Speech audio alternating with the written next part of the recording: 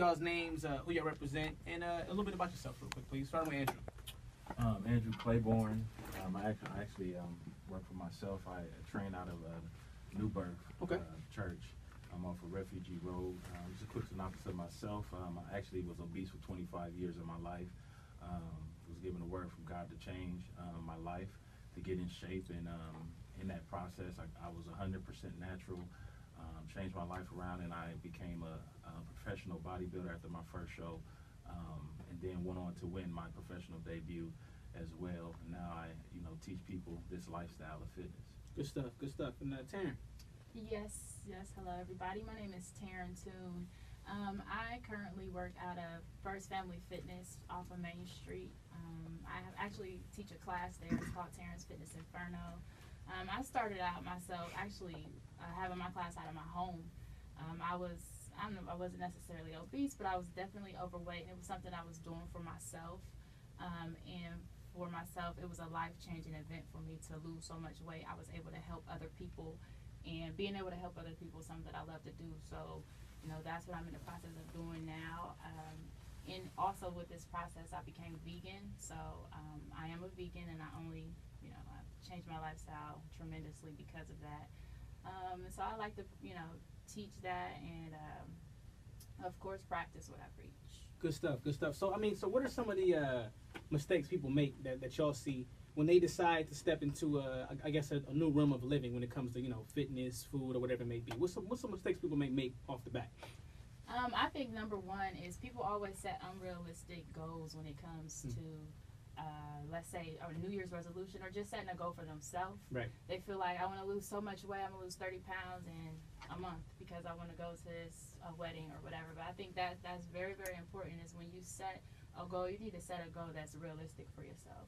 And also understand that, this is a lifestyle. When you set out to make it a lifestyle, you're going to acquire all your goals. Not only that, you will sustain those goals. So you have to first change your mindset. To become healthy, you must become health conscious. Yeah. And the more that you become health conscious, the more you will learn how to not only, like I said, adopt this lifestyle, but also maintain it. Do you think it's important to set a resolution or a goal that's more so for you and not for what others think about you? 'Cause I think sometimes people do it because of what others think about them. You know what I mean? And so... Absolutely. This is health is only one facet of life. Right. And so it's not going to change your entire life. But you need to find the root of things. Do it for yourself. There's no one else matters. At the end of the day, we're born by ourselves and we die by ourselves. So the thing that you want to make sure that you do is that you're doing it for yourself because it creates self-confidence and self-esteem, something that can't nobody give you. Nobody can truly validate who you are but yourself. Yeah. So always remember that you're doing it for yourself and nobody else.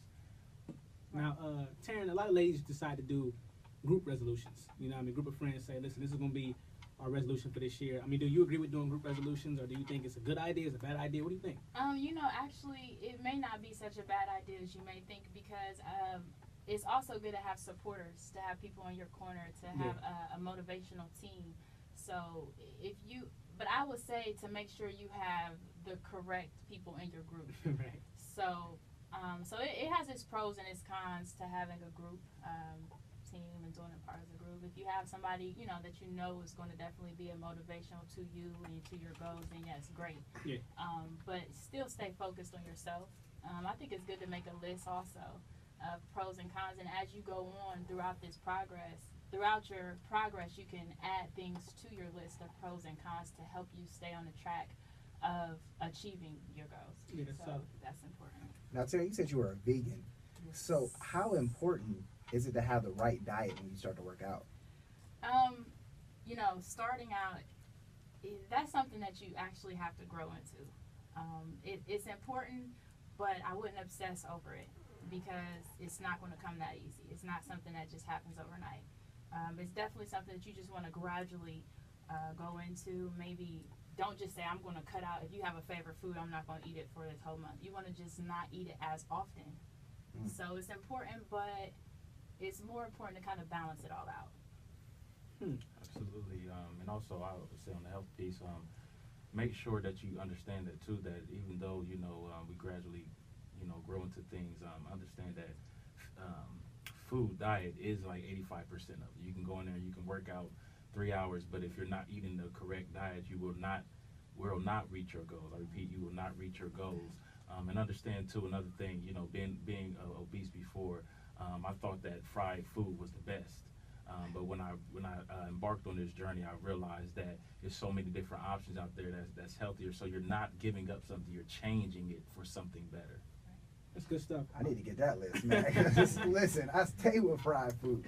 I mean, one thing I noticed too, though, is in helping somebody else with their resolution, like say, you know, I think SP at one point in time was doing the insanity a whole lot. You know what I mean? And so, and just seeing him do insanity, and that kind of encouraged me to pick up something. I didn't do insanity, that was for sure. but I resolved to do some other stuff as well. So I think it's seeing other people carry out their resolutions and kind of encouraging them. It allows you to also step up in your own life as well. And so, kind of to the same point, being personal trainers, but you're helping out others. Do you see that reflecting on your own life as well? Ladies first. What was that again? So in terms of helping out other people, does it make you kind of sit back and look at your life and see what other things you want to change in your own life? Oh, as yes, well? definitely. You know, because first of all, when you're a personal trainer, your clients are looking at you. Right. They're looking at you, and you want to be an example for them. So, and as you grow relationships and you get a rapport with these clients, I mean, you never know the next level you can take whatever it is that you're doing in your life, and you can be you know, example to the next person. So everything in my life changes. You know, I want to do better because these people are not looking at me. So definitely it motivates me to be a better person for somebody else. Yeah, good stuff. You know, for me, you know, I truly believe this is God's work.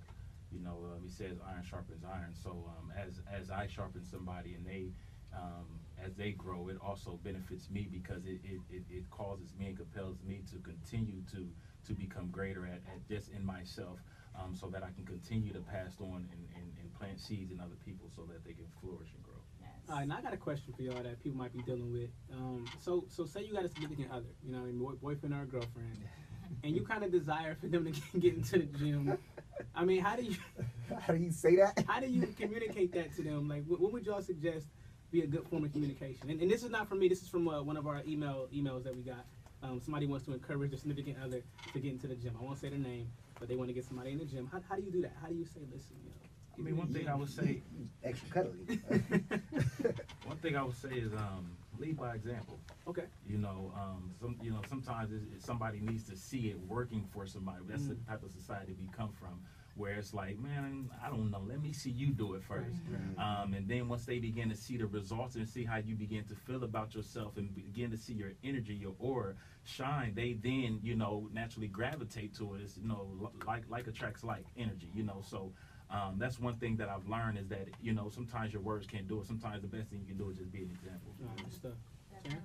I would say when it comes to a relationship, working out for me, and I've never worked out with someone who didn't have fun doing it. So I think that you can get your significant other and you guys can go do it as something to do. Right. It's just fun. Absolutely. And as you have fun with that, eventually, you know, it becomes just natural for you guys. So it can just be something you guys do as a couple that's just for fun. Good stuff. Good stuff. Now tell the people, you know, your information in terms of how they can reach you, phone numbers, emails, and that kind of stuff. Well, I can be reached at drewbefit@gmail.com. That's DREWBEFIT@gmail.com.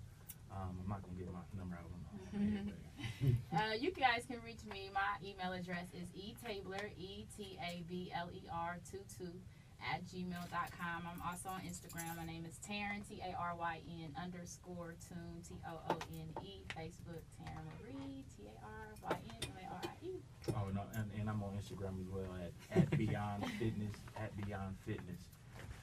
Instagram. Instagram straight flex. I was gonna do it, I didn't, man, because it was so serious. But they use flexing on Instagram. Nah, man, that's good stuff. We appreciate you both coming in. Again, people need help, you know, in getting fit and